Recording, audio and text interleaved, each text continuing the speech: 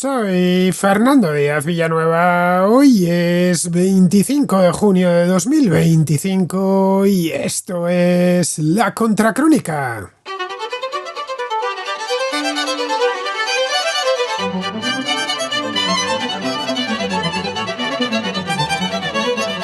De forma un tanto inesperada, Donald Trump anunció este lunes un alto el fuego en la guerra entre Israel e Irán, una guerra en la que él mismo se había metido. Se tomó incluso la licencia de bautizarla como Guerra de los 12 días. Y ha sido eso mismo, 12 días lo que ha durado. El conflicto comenzó el pasado 13 de junio con un ataque sorpresa de Israel que destruyó las defensas antiaéreas y varios objetivos del programa nuclear iraní. 9 días después, Estados Unidos intervino con la operación Martillo de Medianoche, que consistió en una única misión aeronaval muy elaborada que dejó caer 14 bombas antibúnkeres y 30 misiles contra las instalaciones subterráneas del programa nuclear iraní. Irán respondió en la tarde del lunes con un ataque simbólico de 14 misiles contra una base estadounidense en Qatar, un ataque previamente notificado y que fue inútil porque ninguno de los misiles alcanzó su objetivo. Trump negoció el armisticio primero con Israel y luego con Irán a través de intermediarios cataríes, consiguiendo así un cese de hostilidades que estabilizó en el actual mercado. La bolsa subió y el petróleo cayó. Pero ni Israel ni Irán han confirmado formalmente un acuerdo definitivo. El vicepresidente J.D. Vance aseguró en televisión que los ataques destruyeron las reservas de uranio enriquecido de Irán, aunque por ahora el Organismo Internacional de la Energía Atómica desconoce el paradero de 400 kilos de uranio al 60% de pureza, algo suficiente para 10 bombas nucleares si se enriquece al 90%. El alto el fuego plantea algunos interrogantes, como cuánto durará, la posibilidad de un acuerdo formal y el impacto en la estabilidad de Oriente Medio. Irán, debilitado militarmente y con un régimen muy impopular de puertas adentro, quiere evitar una confrontación directa con Estados Unidos. En Israel lo ven de forma muy distinta. Tras cumplir la mayor parte de sus objetivos, pueden declararse victoriosos. Para Trump también es una victoria. Se presenta como un mediador que ha conseguido la paz a través de la fuerza. El programa nuclear iraní, hoy gravemente dañado, si no completamente destruido, podría reconstruirse en secreto si el líder supremo, Ali Khamenei, decide que así sea. Recordemos que antes del ataque, Irán estaba a semanas de una bomba nuclear. Tendrán que empezar desde muy atrás, cierto es, pero la experiencia ya la tienen. La estabilidad regional depende de si Irán decide tomar el camino opuesto. Abandona su programa nuclear y el apoyo que prestan a milicias en el Líbano y Yemen. La República Islámica, humillada tras 12 días de ataques que no han conseguido contrarrestar, no atraviesa su mejor momento. La guerra ha expuesto su debilidad militar, mientras en paralelo la crisis económica y la represión política alimentan el descontento. Aunque no se ha producido levantamiento alguno, la presión sobre Khamenei, de 86 años y con problemas de salud, podría derivar en un golpe de Estado o en su reemplazo de forma pacífica. Netanyahu no forzará un cambio de régimen, pero ya ha advertido que atacará de forma preventiva si Irán reconstruye su programa. Como vemos, este episodio, aunque histórico para Israel, no garantiza una paz duradera mientras persistan las tensiones con el régimen de los ayatolás.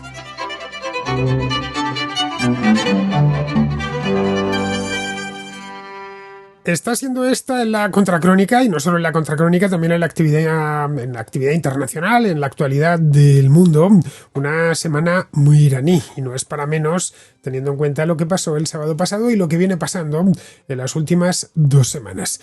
Ahora ya parece ser que ha terminado, o al menos ha terminado por ahora, pero sí que podríamos decir de Donald Trump que ha actuado un poquito como Julio César. Llegó, vio y venció yo. En este caso, llegó, bombardeó y puso fin a la guerra. O eso es lo que Donald Trump quiere que el mundo crea. No lo sabemos. Es algo que conocemos desde hace apenas unas horas y aún estamos esperando que esto se termine de confirmar y que este armisticio dure lo suficiente y se transforme, no sé si en un tratado de paz o algo parecido, pero que no vuelva a suceder nada como lo que ha sucedido estos días. Bien, la cuestión es que solo un par de días después de que una escuadrilla de bombarderos muy sigilosos, B-2 estadounidenses, atacase las instalaciones nucleares iraníes, que como bien sabemos son subterráneas y están en lo más profundo del desierto persa, Trump anunció, esto fue el lunes por la noche, un alto el fuego total en la guerra entre Israel e Irán. Lo hizo para variar en Truth Social y lo hizo del siguiente modo. Venía a decir que quería felicitar a los dos países, no sé muy bien por qué, porque han estado tirándose bombas el uno al otro durante días, pero bueno, quería felicitar a los dos países, a Israel y a Irán, por tener la resistencia, el coraje y la inteligencia para poner fin a lo que debería llamarse, según él, la Guerra de los 12 días. Y seguramente se quede con ese nombre, como la Guerra de los 12 días. La habilidad que tiene Donald Trump para convertir cualquier cosa en algo épico es digna de encomio. Eso es lo cierto. A las guerras, por regla general, se les pone nombre después, nunca en el curso del acontecimiento. Y el nombre, además, se lo suelen poner los historiadores, no uno de los contendientes, porque en este caso, aunque Trump trata de erigirse en mediador, no ha sido mediador, se ha puesto del lado de uno de los dos contendientes, en este caso de Israel. Al parecer, y esto es lo que nos hemos podido enterar todos, al menos los que leemos la prensa, Trump habló primero con Netanyahu, con Israel, y luego llegó con ellos a un acuerdo armisticio, les explicó cómo estaba la situación. Parece ser que los israelíes se avinieron a razones, vieron que bastante habían ganado y que superar lo actual les iba a costar mucho y que además necesitaban a los Estados Unidos, y una vez lo hubo conseguido, envió la misma propuesta a Irán a través de unos intermediarios cataríes, porque en principio no hay vía de comunicación entre Irán y Estados Unidos. Como bien sabéis, no tienen relaciones diplomáticas y esos contactos que tuvieron a lo largo de los últimos meses quedaron ya interrumpidos. Los iraníes aceptaron. Aquí podríamos decir que por la cuenta que les traen, no están para meterse en guerra y mucho menos con Estados Unidos. Y bueno, a partir de ahí es cuando Trump se puso a redactar su publicación en las redes sociales, ya con la idea de ponerle nombre a la guerra. Entiendo yo que la tendría. Fue perfecto porque además eran 12 días. Si llega a ser un día más, 13 días, ya seguramente no lo hubiese llamado así, porque el número 13, como bien sabéis, trae mala suerte, o eso dicen que trae mala suerte. Se llama triskaidecafobia. No sé si Donald Trump es triskaidecáfobo, pero podría serlo, ya que esto es muy común en los países occidentales. Bien, todo esto sucedía cuando se acababa de publicar la contracrónica de ayer. Yo la contracrónica, como bien sabéis, la grabo a última hora de la tarde, por regla general, en Madrid, y ya voy con cierta deshora con respecto a Estados Unidos, y se publica a las 12:30 de la noche, hora de Madrid. Esto significa que cuando hay un acontecimiento en curso, pues a veces, no, afortunadamente no es muy a menudo porque procuro evitar las últimas horas, se me queda el programa caducado. Y es exactamente lo que sucedió ayer. La contracrónica de ayer quedó sobrepasada por los acontecimientos pues en apenas unas horas. Yo me fui a la cama. Pero claro, cuando yo me voy a la cama en Europa, pues en Estados Unidos todavía es de día. Así que aprovecharon esas horas esas horas de la tarde en Estados Unidos para ponerle fin a esto. Cuando en Europa Occidental ha anochecido, en Oriente Medio ya están en plena madrugada. Así que esto les debió pillar a los iraníes, pues calculo yo, poco antes de amanecer o ya con el nuevo día. Bien, esto nos viene a indicar una vez más, lo imprevisible que es Donald Trump, que es este hombre. De entre las diferentes salidas, que al menos yo veía esto, y os lo digo sinceramente, no figuraba la de un armisticio pactado. Y ayer el programa lo dediqué esencialmente a eso, a ver qué podía pasar, si esto iba o no iba a escalar. De hecho, el programa lo titulé así: escalará la guerra en Irán. Y yo pensaba que no iba a hacerlo, que no, entre otras cosas porque no hay guerra posible con un contendiente tan débil, a no ser que quieran suicidarse, y no es el caso de la República Islámica como Irán. Pero bueno, no pensé en ningún momento, y no lo hice yo, y creo que no lo hizo nadie. Yo no leí a nadie. Quizá hubo alguien que sí pasó por aquí por esta idea, se le ocurrió esta idea, pero a nadie se la pude leer yo, ni se la escuché. Esto de que esa misma tarde iba a auspiciar un armisticio pactado a tres bandas. Hay que reconocer que en la chistera de Donald Trump hay muchos más conejos, bastantes más de hechos de los que pensamos. Tras ello, declaró a la televisión, ya después de pasar por el Truth Social, de la NBC exactamente, que esperaba que el alto el fuego durará eternamente. Además lo dijo así, eternamente, que dure para siempre. Ya ojalá los israelíes y los iraníes no se vuelvan a bombardear. Habría que, en este caso, para que no vuelva a suceder, habría que explicar a los ayatolás que Israel tiene todo el derecho del mundo a existir. Así que no por ahí con que eso lo reconociesen bastaría. Ya no volvería a haber ninguna guerra, porque a diferencia de lo que sucede de Teherán a Jerusalén, que quieren destruirles, de Jerusalén a Teherán no sucede lo mismo. Es decir, a los israelíes les parece muy bien que exista Irán y les encantaría tener buena relación con ellos. Como bien sabéis, en Irán siempre hubo una comunidad judía, hoy ya es pequeñita, no sé si llega a 10.000 personas, pero hubo los judíos persas, vamos, desde tiempos antiguos. A partir de aquí, las grandes preocupaciones de tipo económico que había, especialmente las relacionadas con el petróleo, pues se solucionaron, como por ensalmo. La bolsa se recuperó, las principales acciones empezaron a subir, los precios del petróleo cayeron, tan pronto como el gobierno iraní dio acuse de recibo, e informó que, aunque no había un acuerdo propiamente dicho, porque no hay un acuerdo, Irán se detendría si Israel lo hacía. Nada más, como Israel ya estaba informada del tema y además se habían comprometido a detenerse, pues una cosa y la otra fueron seguidas. Los últimos misiles iraníes, de cualquier modo, impactaron en Israel, matando a 3 personas, por cierto, a primera hora de la mañana, es decir, un poquito después de que aceptasen los tres, concretamente Irán, aceptase el armisticio.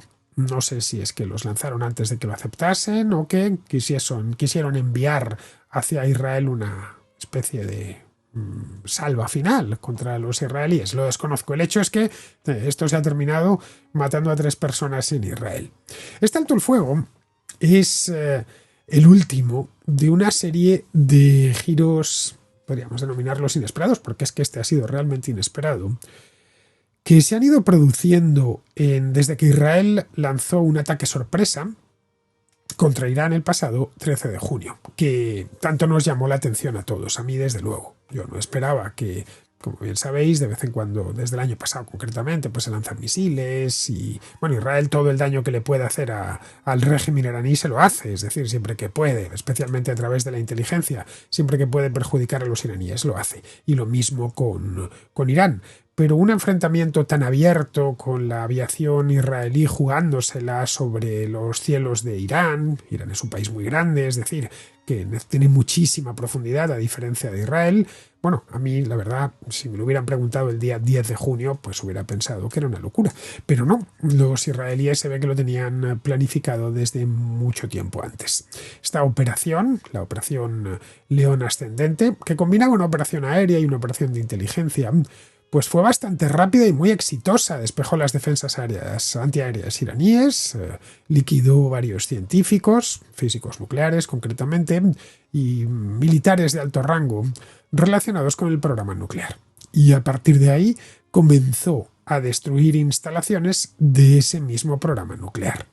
9 días más tarde, esta campaña empezó el día 13, pues 9 días más tarde, este mismo sábado, Estados Unidos entró en Liza con otra operación. Ayer hablábamos de los nombres, en este caso la operación Midnight Hammer, la operación Martillo de Medianoche. Unos bombarderos B-2 realizaron una misión larguísima de 37 horas desde Missouri hasta Irán para lanzar 14 bombas antibúnkeres. Por fin he conseguido meterme en esta cabezota el nombre de la bomba. Se llaman GBU-57. Lo he leído tantas veces en los últimos días que al final se me han quedado. Pues lanzaron estas bombas, son bombas pesadísimas. El otro día os decía que pesaban 2 toneladas. No, pesan 14 toneladas. 2 toneladas es lo que pesa la cabeza, la cabeza penetradora, según pude leer. Vamos, yo no soy experto en armamento, ni mucho menos, pero la bomba en sí, es decir, propiamente el misil, pesa 14 toneladas cada una. Ya a partir de aquí nos podemos imaginar nos podemos imaginar el tamaño de la bomba en sí y transportarla además desde los Estados Unidos, desde Missouri. Bueno, pues las lanzaron estas GBU-57 sobre las instalaciones que estaban enterradas a mayor profundidad como la de Fordo. En paralelo a esto, se lanzaron también desde el Océano Índico 30 misiles de crucero Tomahawk contra un complejo ubicado en la localidad de Isfahán. Nos preguntábamos todos, a partir del sábado por la noche y el domingo y el lunes, qué pasaría. Sí, ahí se dijo de todo, que iba a haber la Tercera Guerra Mundial, que esto era el fin del fin, ya que nos fuésemos despidiendo de nuestros seres queridos. Ya sabéis que este tipo de cosas dan alas a los charlatanes, y de lo que anda sobrado el mundo en este tiempo es de charlatanes, que además tienen muchos de ellos un canal de YouTube. Entonces, lo que andaban diciendo es que esto era el fin, que a partir de aquí ya, se iba a producir el Armagedón, poco menos. Bien, no teníamos ni idea. Las probabilidades de que se produjese el Armagedón, que siempre están ahí, por supuesto, eran pequeñas, pero estaba claro que Irán tenía que responder con algo, aunque solo fuese por salvar la cara. Pues bien, respondió al día siguiente con una represalia un tanto simbólica. 14 misiles, es decir, uno por cada bomba estadounidense, contra una base aérea estadounidense en Qatar, la base de Al-Udeid, que es la mayor base de los Estados Unidos en Oriente Medio, base aérea. Luego tiene una base naval en Bahrein. Todos estos misiles, menos uno, fueron interceptados. Y gracias, ojo, a que Irán avisó antes a las autoridades de Qatar, entiendo, pues pudimos contemplarlo en toda su gloria. Es decir, los misiles se podían ver, hay muchísimas imágenes que se ven llegar. Se pudo además evacuar las bases. En fin, que una hora después, o unas horas después, se declaró el alto el fuego.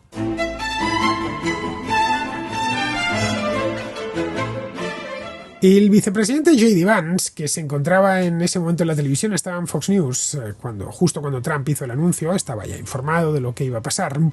Lo que dijo es que la misión estadounidense, la del sábado, había cumplido de sobra sus objetivos de destruir el programa nuclear, que estaba ya completamente destruido, y que las reservas de uranio enriquecido al 60%, que tenían los iraníes habían quedado definitivamente sepultadas tras estos ataques.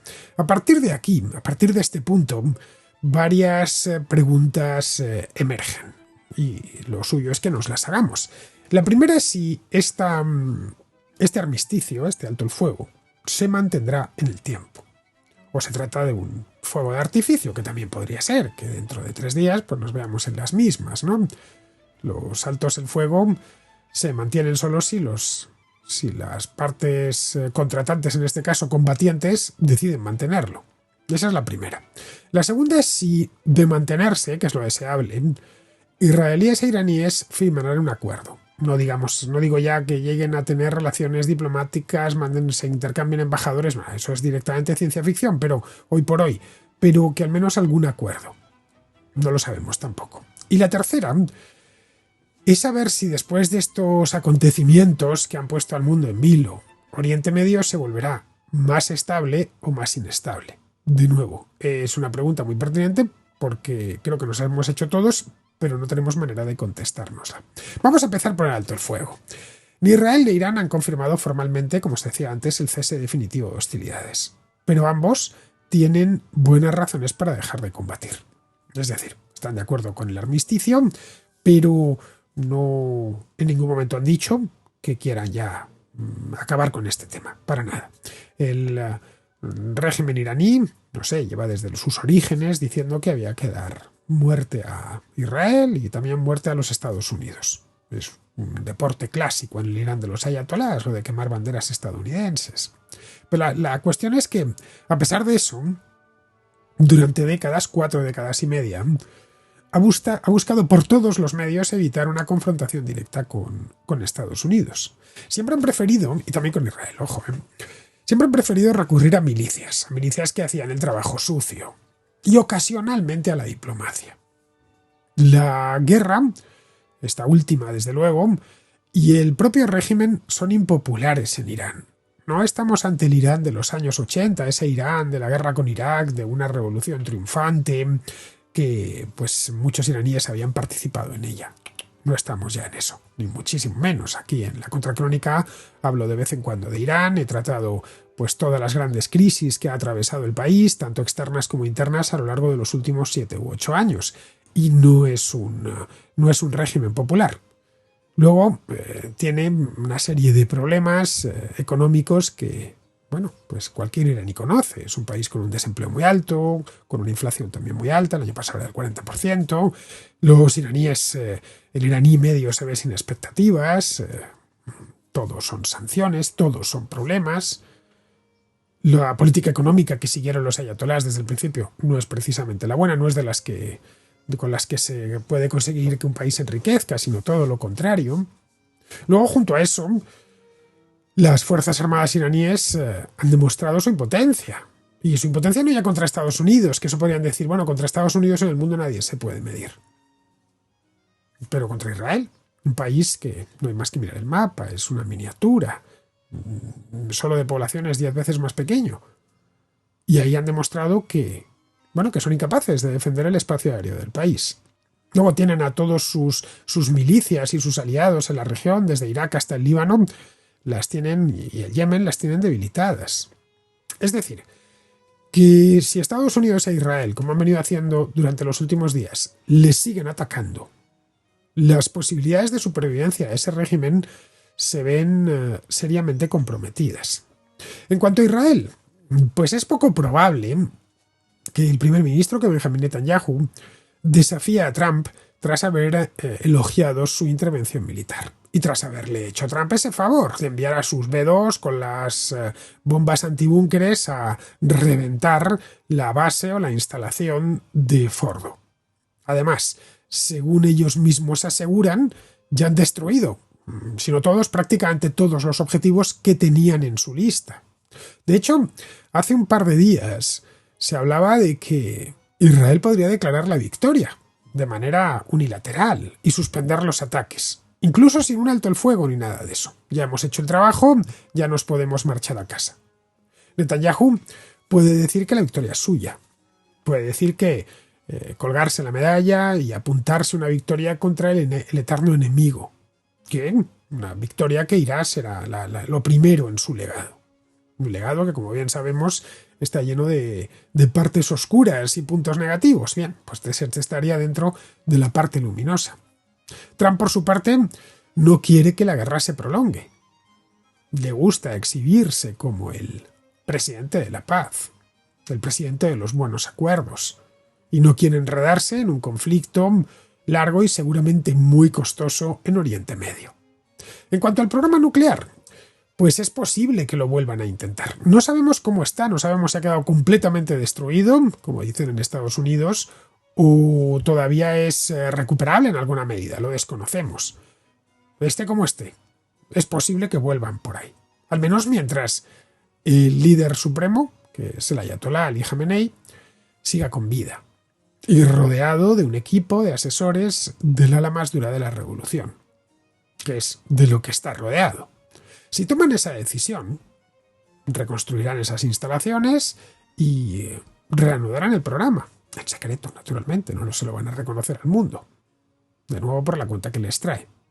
El Organismo Internacional de Energía Atómica, que tiene control en principio de todo el material nuclear radioactivo que hay en el mundo, asegura desconocer el paradero de las reservas oficiales iraníes, que son 400 kilogramos de uranio altamente enriquecido, concentrado al 60% de pureza.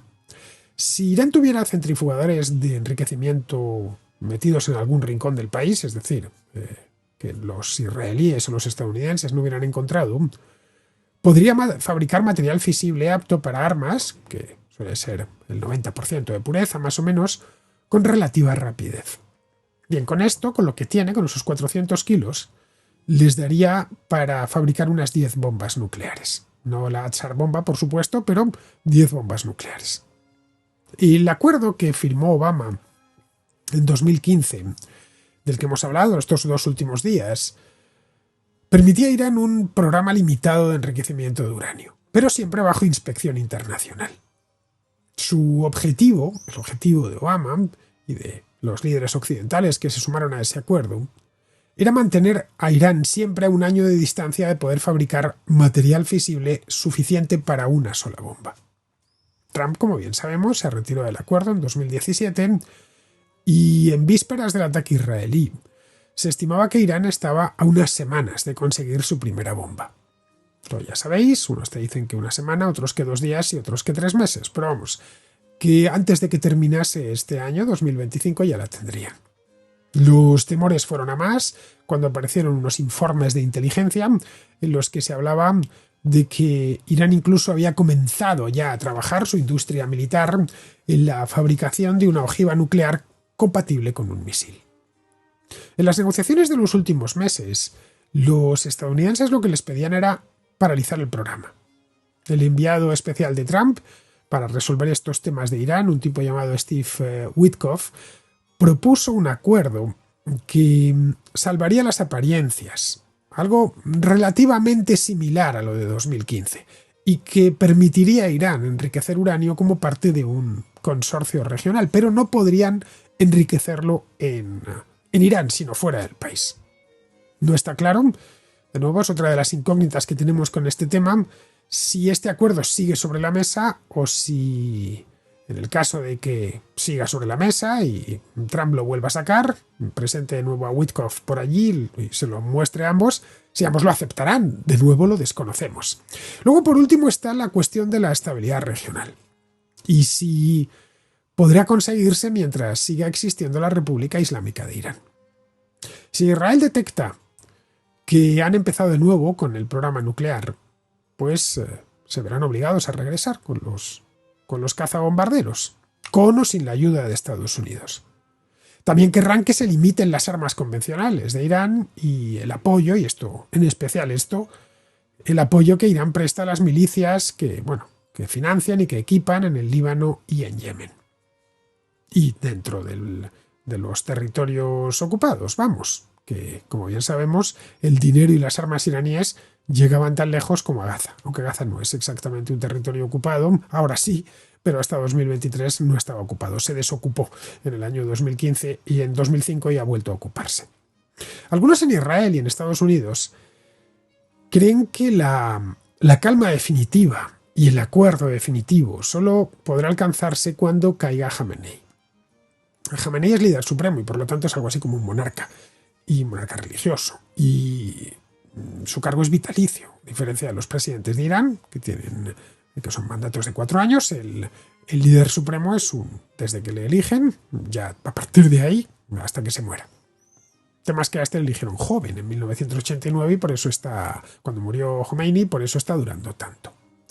El cambio de régimen no estaba en la agenda de los israelíes, tampoco de los estadounidenses, pero tanto en Washington como en Jerusalén lo verían con buenos ojos. Israel, de hecho, durante esta campaña ha bombardeado una de las prisiones que utiliza el régimen para meter allí a los disidentes y a la gente que protesta contra el régimen. La prisión de Evin se llama. También ha bombardeado el cuartel general de la milicia Basij, que son los encargados de reprimir las protestas contra el régimen. No hay constancia en este momento de protestas ni de levantamiento alguno contra el régimen dentro de Irán. Algo, por supuesto, impensable en plena guerra. Pero una vez ha terminado, muchos iraníes pueden empezar a calcular el coste que les supone un régimen que, aparte de mantenerles en una crisis económica permanente y de privarles de libertad, es incapaz, como os decía antes, de defender el espacio aéreo del país. Es cierto que Irán respondió. Como decía antes, disparó 14 misiles balísticos contra la base de Al-Udeid en Qatar. Bueno, la propaganda iraní aseguraba que la estaban destruyendo. Pero la realidad es que los misiles fueron interceptados y la base no sufrió daño alguno. Al parecer, Irán avisó con antelación de los ataques, seguramente al gobierno de Qatar. Vamos, que trataban claramente de salvar la cara y no quedar del todo mal delante de su opinión pública. Al menos colocarles una mentira a través de la propaganda oficial. Bueno, el hecho mismo de que esos misiles fuesen dirigidos a Qatar y no a Bahrein, donde hay una base naval estadounidense, ya de por sí es llamativo. ¿Por qué? Pues porque el mejor amigo de Irán en el Golfo Pérsico, y no abundan los amigos allí, de hecho no tiene ninguno, salvo en todo caso uno, y ese uno es Qatar. Hacer un ataque contra el territorio de un amigo. No lo sé, quizá precisamente por eso, porque sabían que en Qatar se lo iban a tolerar. Así que concentraron su ataque allí. De haberlo dirigido a Bahrein, que está en la órbita de Arabia Saudí, la cosa hubiese sido distinta y sensiblemente más complicada. Pero bueno, algo tenían que hacer. Algo más simbólico que real, empezando por la andanada, claro. 14 misiles, los mismos que habían lanzado los B-2 estadounidenses el sábado. El hecho es que, a pesar de todos los vaticinios que hubo en estos días, de esto de que un ataque contra Irán, pues casi con toda seguridad resultaría en miles de muertes de estadounidenses. Esto lo dijo Tucker Carlson, que es uno de los charlatanes mayores que nos podemos encontrar en la red. Él aseguró que esto desencadenaría la Tercera Guerra Mundial. Bueno, a pesar de eso, Irán ha dejado claro que no quiere combatir. Israel se ha adueñado de su espacio aéreo, ha desarbolado sus defensas antiaéreas y ha bombardeado a placer allá donde ha querido. Podría haberlo hecho en el mismo Teherán o en cualquier ciudad. Cuando se habla de un país en jaque, es exactamente como estaba Irán, como estuvo Irán los últimos días. Los estadounidenses hicieron, de hecho, una incursión en el país con 125 aviones que ni vieron venir. Irán simplemente es débil y si su régimen insiste en guerrear contra Estados Unidos o Israel, pone en riesgo su supervivencia. La conclusión más sencilla que podíamos tomar aquí es que Irán se ha rendido. Han bastado 12 días para ponerles contra las cuerdas. Han perdido, y si no las han perdido están muy dañadas, sus instalaciones de enriquecimiento de uranio, en las que desarrollaban desde hace años, después de gastarse una fortuna, un programa nuclear, que para el iraní medio pues es la última de sus prioridades, como os podéis imaginar. Han perdido también a comandantes y a científicos de alto nivel y una parte de su capacidad de producción y de lanzamiento de misiles. A Israel seguramente le hubiera gustado ir algo más lejos, claro está. Pero lo que ha conseguido ya en esta ofensiva es histórico. Vamos, que si esto se lo cuentan a los israelíes hace solo un mes, no se lo hubiesen creído. Benjamín Netanyahu ha dejado claro que no volverá a un statu quo en el que Irán y sus milicias, dispersas por toda aquella región, les hostigan sin cesar. Ha recordado que están preparados para atacar de nuevo si el gobierno iraní insiste en reconstruir su programa nuclear.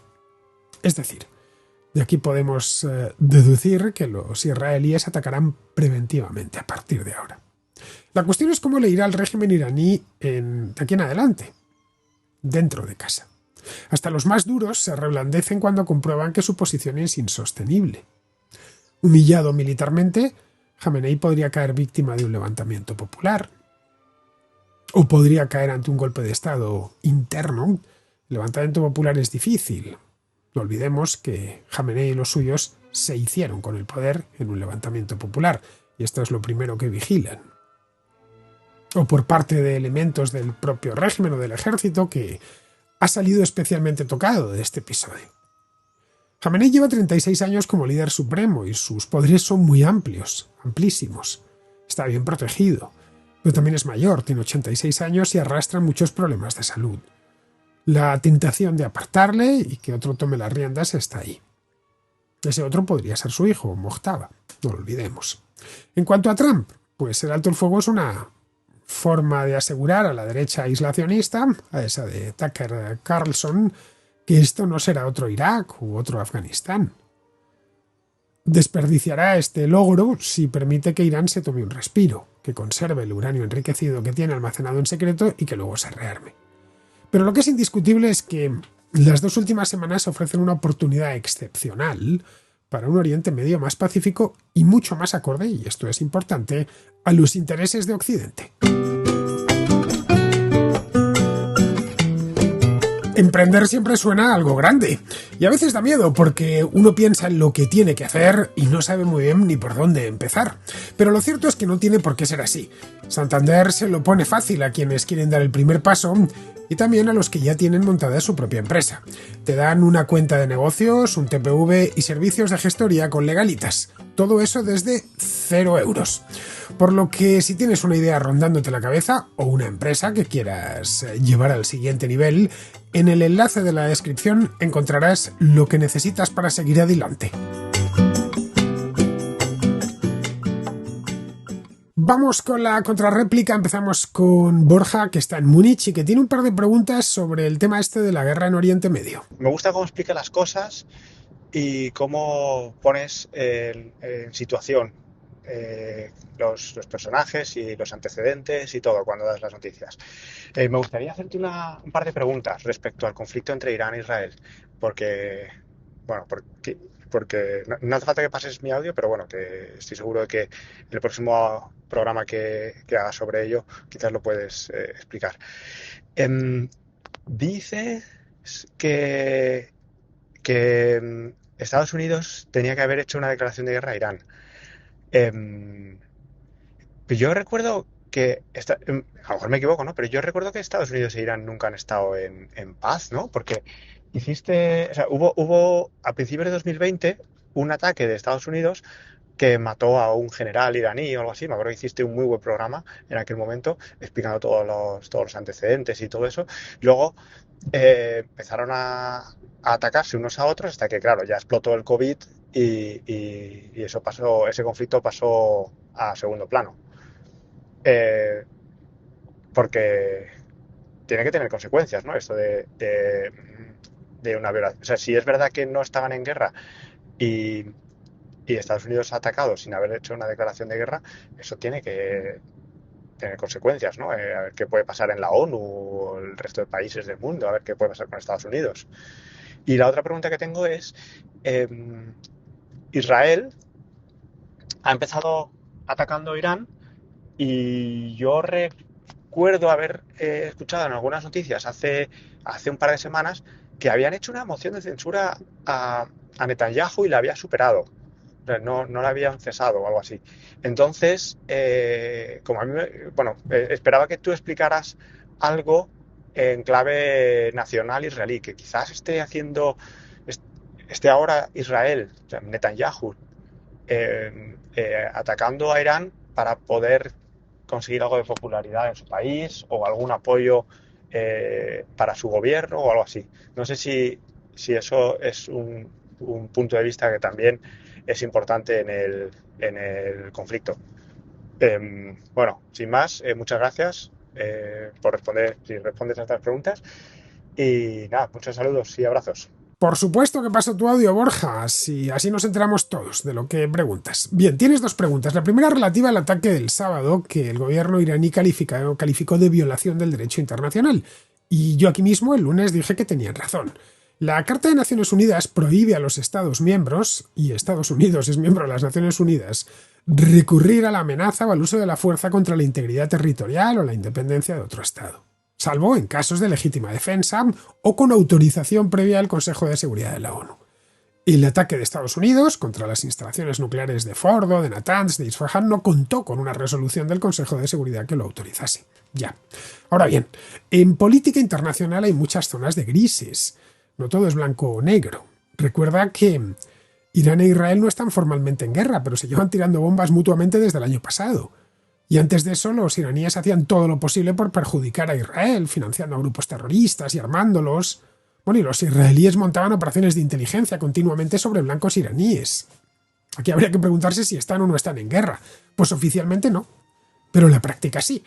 Algo parecido sucede con Estados Unidos, que lleva 40 años sin relaciones diplomáticas con Irán. Bueno, 40 no, más de 40, 45.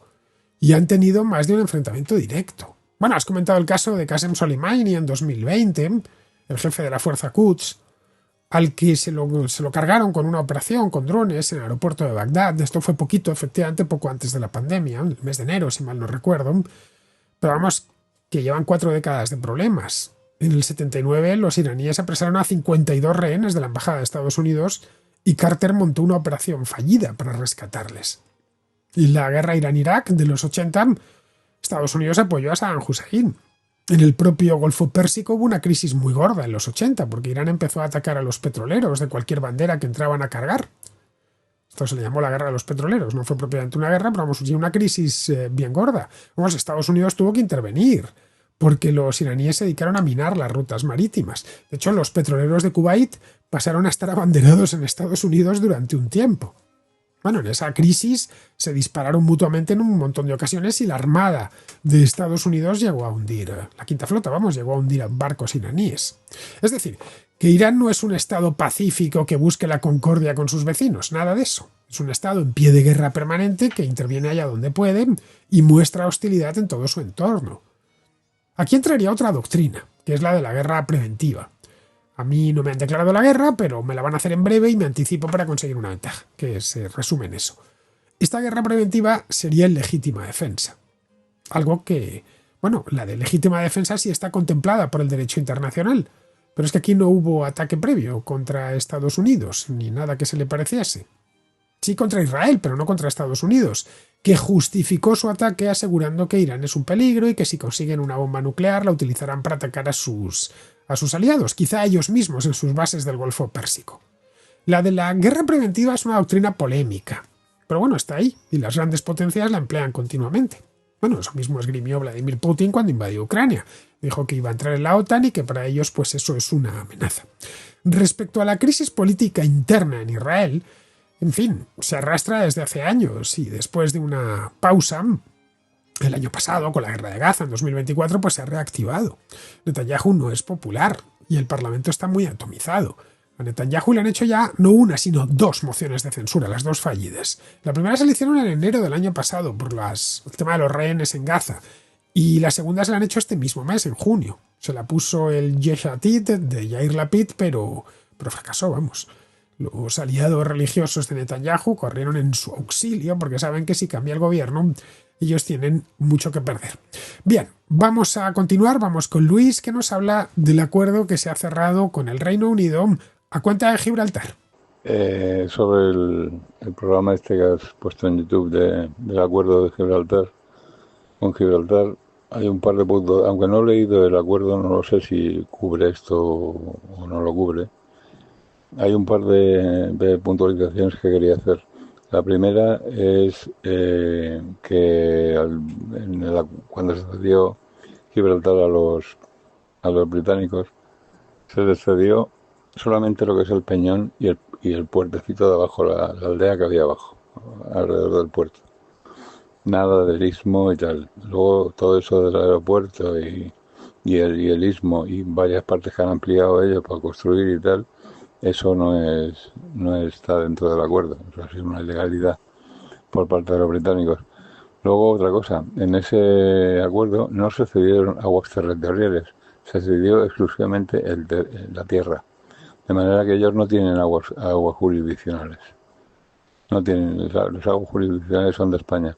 Y sin embargo pasan una serie de incidentes muy gordos de la Guardia Civil persiguiendo a las planeadoras estas de la droga y se metían en Gibraltar y ahí estaban como en salva, el pilla-pilla, ¿no?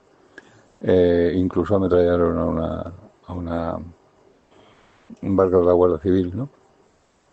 Entonces, eso es otra historia, el contrabando, ¿no? Que ha habido toda la vida allí y tal, pero no solamente el tabaco, sí, ahí está la línea.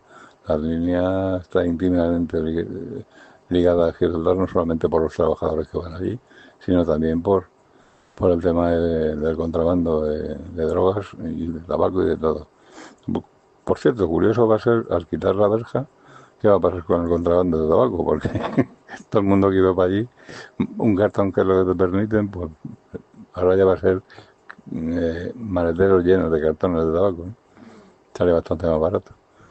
Bien, otra cosa problemática con los aguas jurisdiccionales, aparte de que siempre han querido tener ellos el control, yo toda la vida navegando por la zona, al pasar por allí siempre te llamaba Gibraltar Radio para que te identificaras, yo pasando del Pink Floyd, porque hay quien lleva el control de las aguas de los desechos es Tarifa Radio, que depende de España. Y ahí es donde sí te tienes que identificar para entrar en el dispositivo de separación de tráfico marítimo y das tus datos, para dónde vas, de dónde vienes, qué carga llevas, etcétera, etcétera.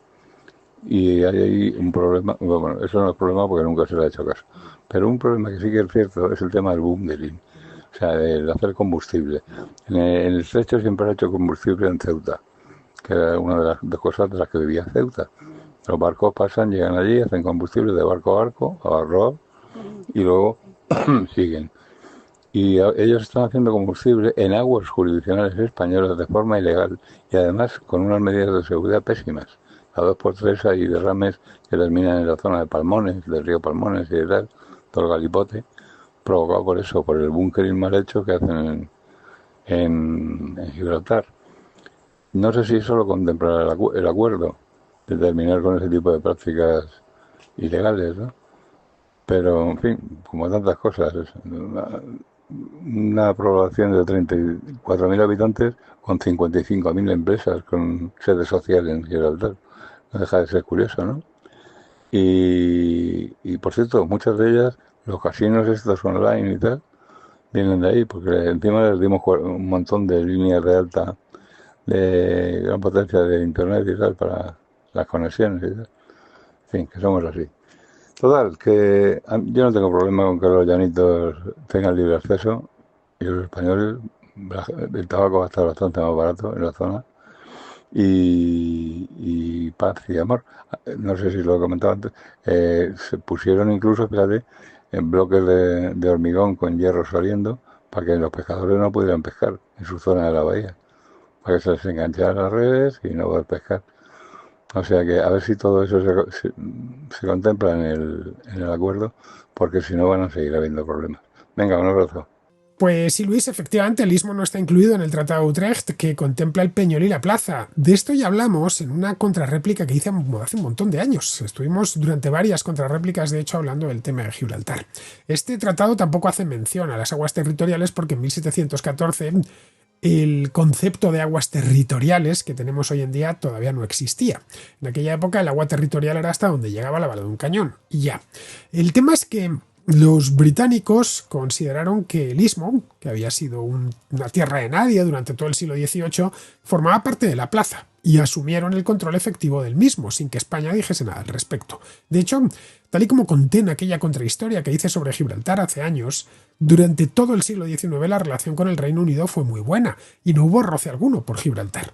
Después del último sitio, que el gran asedio de Gibraltar, que fue de 1779 a 1783, no se produjeron más intentos de recuperar el peñón por las malas. Claro, como la relación era buena, los británicos, que andaban escasos de espacio en Gibraltar, comenzaron a ocupar esa franja de arena, justo delante de las fortificaciones españolas de la línea de la Concepción.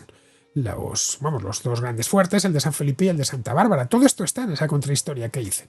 Esa línea se la conoce como línea de contravalación de Gibraltar. De hecho, la ciudad de la línea se llama la línea por la línea de contravalación, porque se trazó una línea que sigue aproximadamente la frontera actual.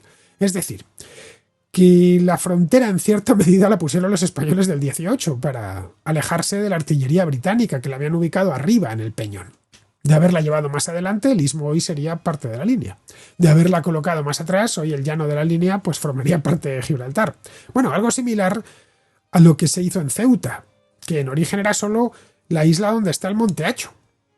Una isla fortificada por el lado de tierra, y es donde están las murallas reales, que son preciosas, y que en el siglo XIX los españoles, como necesitaban más espacio, pues fueron tomándolo al otro lado.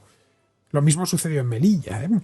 El Tratado de Badras de 1860 también hizo una contrahistoria. Sobre esto, especifica que los españoles podían ampliar la plaza de Melilla hasta donde alcanzasen 2 disparos de cañón. En Ceuta el acuerdo llegó hasta, la ocupación llegó hasta los montes que hay detrás. Era fundamental, era necesario. Donde está el mirador de Isabel II, si conocéis Ceuta sabéis dónde os digo, que tiene una vista muy bonita. Para evitar que los marroquíes colocasen baterías allá arriba y sitiasen la plaza con la ventaja que da la altura. Justo detrás de Ceuta hay una montaña, bastante alta por cierto, creo que se llama Jebel Musa o algo así. Bueno, pues la idea era ocuparla. En una parte de esa montaña, bueno, de hecho todas las alturas están tomadas. Desde ese mirador, por cierto, se ve muy bien la Ceuta original y la ganada en el siglo XIX. Pues nada, algo similar, aunque con mucha menos extensión, es lo que sucedió en Gibraltar. Luego, respecto a las actividades como el bunkering en la bahía, esto es algo que a los gibraltareños se lo deben empezar a tomar en serio. Es algo a lo que deberían poner fin. Primero porque no es ni mucho menos su primera fuente de ingresos. Y luego porque el riesgo de vertido es muy alto y la bahía de Algeciras es pequeña. En esto deberían insistir las autoridades locales y el propio gobierno español. Ahora con el nuevo acuerdo es posible que ya lo tengan más fácil. Luego en cuanto al contrabando, en fin, Luis, tú has sido marino. Tú has recorrido el mundo entero. Bien sabes que allá donde hay una frontera hay contrabando. Lo hubo en los Pirineos durante siglos y en la raya con Portugal. En el estrecho lo sigue y lo seguirá viendo mientras ese brazo de mar constituya una frontera. Bien, seguimos con Sergio, que es de Colombia y que nos habla de la importancia de la prensa para controlar el poder. Estaba viendo justo la contracrónica del ataque de Estados Unidos a Irán, a las bases nucleares y en el espacio de los contraescuchas estaban mencionando con un oyente el tema de las manifestaciones y el impacto pues que estas pueden llegar a tener. Entonces mencionaste algo de que un periodista pues muchas veces puede hacer, digamos, una oposición más certera contra un gobierno, digamos, despótico. Y me recuerda a algo que no mencionaste, que, que es también, es reciente y a la vez es algo que ya lleva mucho rato, que es el juicio de Cristina Kirchner en Argentina. Porque de hecho uno de los principales motivos por los cuales ese juicio se llevó a cabo y digamos no pudieron hacer muchas de sus corruptelas fue que el periodista Jorge Lanata, quien lastimosamente murió el diciembre pasado, este Jorge Lanata justamente lo que hizo fue visibilizar la corrupción de Cristina y durante todos sus programas estuvo constantemente dándole al público argentino pues la información sobre esas corrupciones que ocurrieron, cómo se repartían la plata, sobre todas las obras públicas que le adjudicaron al Lázaro Báez, si no estoy mal, que es el nombre del contratista, donde más de la mitad ni siquiera se empezaron y donde el resto pues tuvieron unos sobrecostos impresionantes, que es justamente la labor de la nata la que hace que la opinión pública se volque sobre esto y que al final propició pues como la caída de Cristina Kirchner. Digamos, sin esa labor es muy difícil que lo que estuvo pasando ahora de que ya se ratificó la sentencia por el Tribunal Supremo de Argentina, esto no hubiera pasado y Argentina estaría fácilmente presentándose a unas elecciones o incluso pudo haberse perpetuado en el poder. Pues sí, Sergio, una prensa libre e independiente es un elemento fundamental en cualquier democracia. Sé que de un tiempo a esta parte hay mucha gente que anda diciendo que no odian lo suficiente a los periodistas. Esto se puede leer en las redes sociales, cosas por el estilo. Siempre son extremistas los que lo suelen poner. Luego a los periodistas que le dan la razón a ellos, no, esos son perfectos. No, vamos, no es casual que estas cosas siempre vengan del mismo sitio, de la extrema izquierda o de la extrema derecha, que como viven en el fanatismo, pues periodista solo es quien valida sus ideas. Ya está, eso es el periodista imparcial, es el que dice exactamente lo que yo pienso. Bueno, el propio Milei ataca ahora mucho a los periodistas, cuando él debe mucho a la prensa independiente de su país. Pero el político y quienes le sirven solo quieren prensa que hable bien de ellos. Cuando hablan mal, pues ya no les interesa.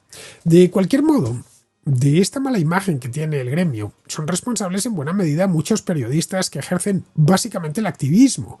Pero bueno, precisamente por eso no son periodistas, o lo fueron, y dejaron de serlo en el momento en el que se convirtieron en activistas de tal o cual partido político. Entre el periodista y el político, esto lo he dicho 1000 veces, debe de haber un muro impenetrable. Son dos profesiones incompatibles, porque la misión de uno es fiscalizar al otro. Así que aquí no cabe más relación que la puramente profesional. El periodista no debe jamás militar en un partido político, porque eso le va a generar un conflicto de intereses imposible de sortear. Así que, si quieres dedicarte a la política, hazlo. Pero no vayas por ahí diciendo que eres periodista, porque no lo eres. Eres un vulgar activista político, que es de lo peor que se puede ser en esta vida. Bien, vamos a terminar ya, vamos con Pizarro, que nos habla del tema este de Irán. Respuesta iraní habrá, y el enemigo exterior es unificador. Ahora bien, el régimen iraní desnuclearizado sabe que no puede ganar nada y sabe que es vulnerable y desestabilizable. Así que la respuesta será meramente propagandística y una escalada algo muy improbable. Un gran saludo de Pizarro. Y hasta aquí, queridos amigos, llega la Contracrónica de hoy, 25 de junio. Mañana debería haber Contracrónica, pero habrá Contrahistoria, porque esta semana he tenido que hacer un pequeño movimiento. He traído la Contrahistoria al jueves y no al viernes, porque la voy a hacer con un invitado de excepción. Vamos a grabar, de hecho, 2 programas, no os digo más. Ya lo descubriréis mañana. Así que mañana, ya sabéis, en el canal de la Contrahistoria, en iVoox, en YouTube, no hace falta que os mováis. Aquí mismo tendréis la Contrahistoria. ¡Hasta mañana!